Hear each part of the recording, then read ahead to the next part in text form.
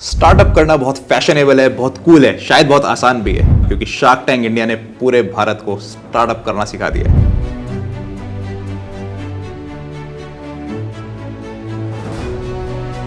इस shark tank season 3 digest से हम आपको बताना चाह रहे हैं कि कैसे नई बिजनेस अपॉर्चुनिटीज को आइडेंटिफाई किया जा सकता है। इस एपिसोड में हम लेंगे 5 बड़े कूल स्टार्टअप्स जो हमें इस हफ्ते शार्क टैंक पे देखने को मिले थे, और हम ये समझेंगे कि बिजनेस अपॉर्चुनिटी आइडेंटिफाई करने का प्रोसेस क्या होता है। हम ऐसे चीजें देखेंगे जैसे कि product adoption, product creation, product misidentification, and probably there will be something to learn. तो चलिए हम स्टार्ट करते हैं प्रोडक्ट एडेप्शन। एडेप्शन यानी एक कैटेगरी ऑलरेडी है, मार्केट उस कैटेगरी के बारे में जानती है, but you innovate on something and create a new business vertical on that. Good gum is a very good example for that. It's a healthy chewing gum. अब chewing गम के बारे में हम सब जानते हैं, आप में से बहुत लोग शायद च्युइंग गम खाते हैं, but healthy chewing gum, plastic free chewing gum, इस बारे में कभी किसी ने सोचा नहीं था, कभी किसी ने सुना नहीं था।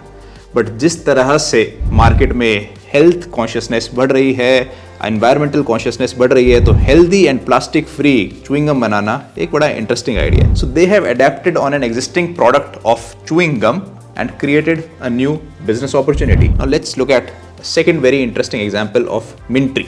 This is an example of product standardization. अब आप Mintree के products देखेंगे तो nothing very special, right? It's a pedicure kit, it is a hand lotion, it is a hand wash.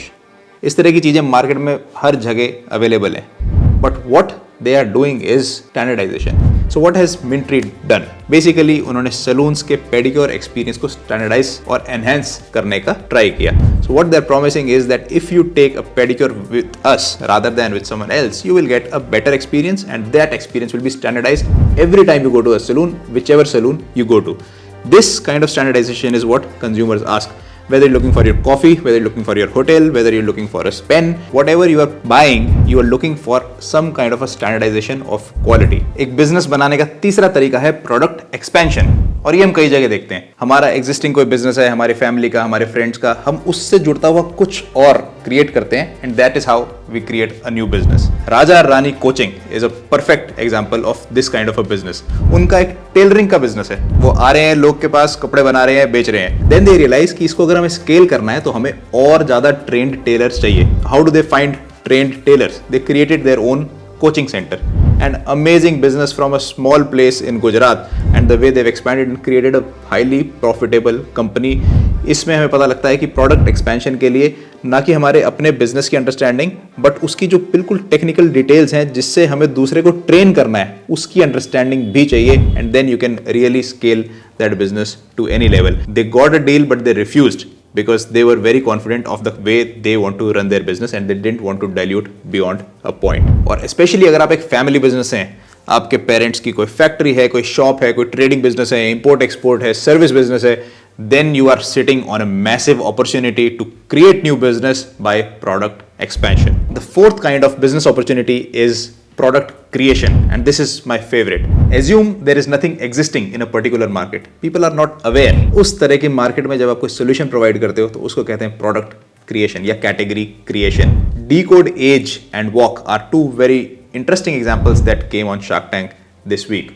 Decode Age हमारी लाइफ स्पैन बढ़ाने के लिए काम कर रहा है, India's first longevity startup, and Walk is helping people with Parkinson's for their mobility. Again, first of its kind in India. Decode Age की valuation 44 crore और Walk की वैल्यूएशन 21.7 करोड़ पे ये दोनों डील लेकर के गए. What is interesting is a very unique product that is well researched. There is IP, there is a technical thought process behind creating these startups. So whenever you are creating a new product in the market, of course it's very risky, but the rewards are very high. अब इसमें challenge ये होता है कि अगर आपने कोई ऐसा प्रोडक्ट क्रिएट कर दिया जो कॉपी करना ईजी है, then you are always at the risk of either being acquired, or someone else will come make the same product better than you at a higher scale at a cheaper cost, and your business will not exist. So while there is a huge opportunity in terms of return on investment if you are successful in a new category creation, there are always risks. But if you be big, you are really big. Tesla, Netflix, Airbnb, these are all examples of product creation where none existed, and we know how big they've become. And fifth, and something that no one of us should do, is two balls. ये एक ऐसा startup है जिसको होना ही नहीं चाहिए। बहुत बार हमारे को ऐसे आइडियाज आते हैं जो हमें लगता है बहुत अच्छे हैं, इनकी बड़ी नीड है, बट कस्टमर के माइंड में वो प्रॉब्लम ही नहीं है, या फिर वो आइडिया ऐसा है जिसको कोई कभी भी कॉपी कर देगा और हमारा बिजनेस लोगों तक पहुंचने से पहले ही बंद हो जाएगा। Two balls is an example like that. So whenever you are thinking of a startup, ये आपको सोचना चाहिए कि आपका मोट क्या है। मोट मीन्स एक किले के आसपास एक पानी की एक छोटी सी लेक होती है जिसके अंदर मगरमच्छ वगैरह तैर रहे होते हैं ताकि कोई उस किले तक ना पहुंच पाए, उसको बोलते हैं मोट। एक बिजनेस की मोट होती है कि ऐसा क्या है जो किसी और को आपके किले तक पहुंचने से रोकता है। What is that special feature or a combination of features of your business so that no one else can copy your business or enter that category? ये टू बॉल्स जैसे बिजनेस की कोई मोट ही नहीं है।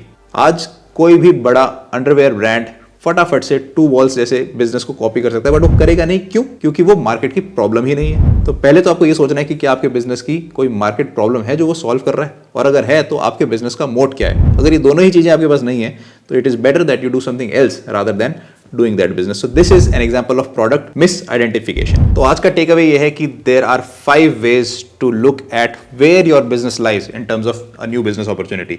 पहला है product adaptation. There is something that is there, market is aware, और आपने उसमें improve करके market को एक नया solution provide किया. Second is product standardization. People are already using a particular experience or a particular product, but उनको standardized चीज नहीं मिल रही है, तो आपने उस चीज को standardize किया, brand बनाया, quality बनाई, and now you are giving it. Third is product expansion. आपका एक एग्जिस्टिंग बिजनेस है और आपको दिख रहा है कि इसके बेसिस पे मैं कुछ नया बना सकता हूं। That is what is a good opportunity for you. And fourth is product creation. There is no solution to a particular problem in the market, but you want to create, you are creating a new category.